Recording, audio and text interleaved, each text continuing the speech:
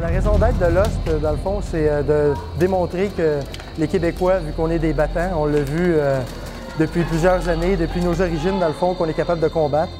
Puis quand j'ai vu les premières vidéos de Battle of the Nation en Ukraine, on voyait les drapeaux des nations qui participaient, puis moi je me suis dit, j'aimerais vraiment ça voir le drapeau du Québec. Après ça, j'ai décidé de former une équipe du Québec. Puis maintenant, c'est notre 3e année qu'on participe à Battle of the Nation. On est allé en 2011 en Ukraine, en 2012 en Pologne, puis cette année, on se prépare pour s'en aller en France. Mon nom est Jonathan Verville, je suis copropriétaire de la compagnie médiévale qui existe depuis 18 ans. On fait du combat non armuré, des AMHE qu'on appelle. Depuis 3 ans, on a commencé à faire du combat en armure. Et c'est là venu l'idée avec Serge de faire un peu un genre de partenariat pour amener le HMB, le Historical Medieval Battle. On veut vraiment le développer. On travaille avec justement l'équipe de l'Ontario, Scalagrims, pour créer une ligue nationale canadienne. Lost du Québec, c'est une gang de passionnés.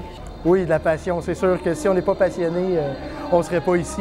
Aujourd'hui, je ne peux pas me battre parce que je suis blessé, mais quand je suis à côté de l'arène, je vire fou. Là. Je suis trop excité. Le bruit de l'acier qui tapoche sur un casque, il n'y a rien de mieux.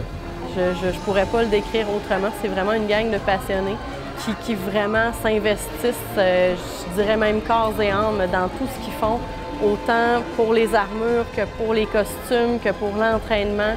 Faire partie de Lost du Québec, naturellement, c'est pas gratuit, mais c'est un investissement qu'on fait à long terme.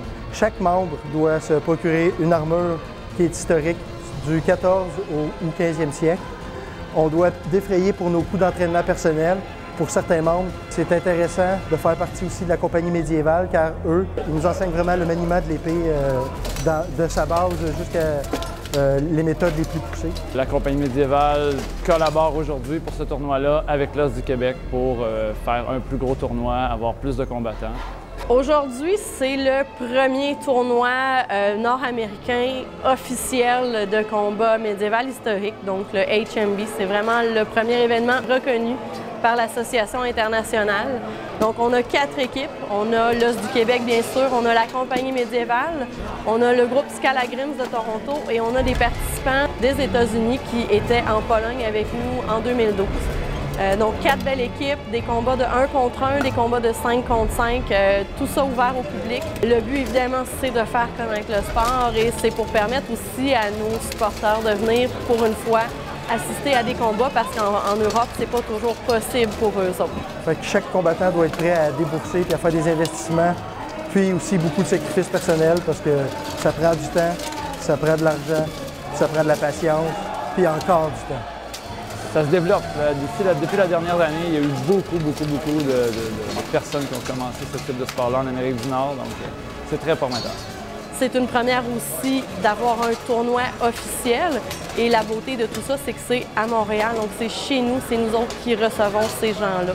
Cette année, c'est un petit peu plus professionnel, si on veut, parce que maintenant, il y a une association internationale qui s'appelle le HMB-IA, Historical Medieval Battle International Association.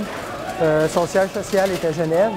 Puis maintenant, chaque combat, chaque tournoi peut être classé sur une charte mondiale. Fait comme ça, les combattants qui sont ici aujourd'hui à ce tournoi-ci, qui ont la chance de combattre, ils vont avoir l'occasion de voir leur rang au niveau mondial.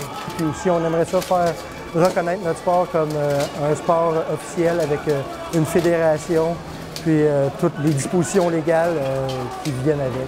On a du monde de partout, à partir de Montréal, en passant par la Rive-Nord, la Mauricie, la région de Québec.